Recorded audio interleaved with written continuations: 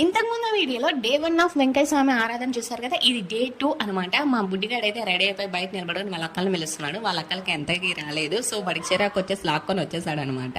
మేము స్టార్ట్ అయ్యి వెళ్లే లోపల ఊంజల్ సేవకి మొత్తం రెడీ చేస్తూ ఉన్నారు. మాది చాలా చిన్న గుడి, సో నేను మా బుడ్డిగాడు వెనకాల ఇట్లే అనుకునేసాము.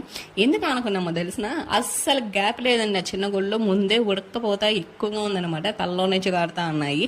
ఇంత లోపల వెంకయ్య స్వామిని పటాం అలాగే మొత్తం విగ్రహం తీసుకొని మేళ తాళాలతో గుడి చుట్టూ ప్రదక్షిణ చేపిస్తూ ఉన్నారు.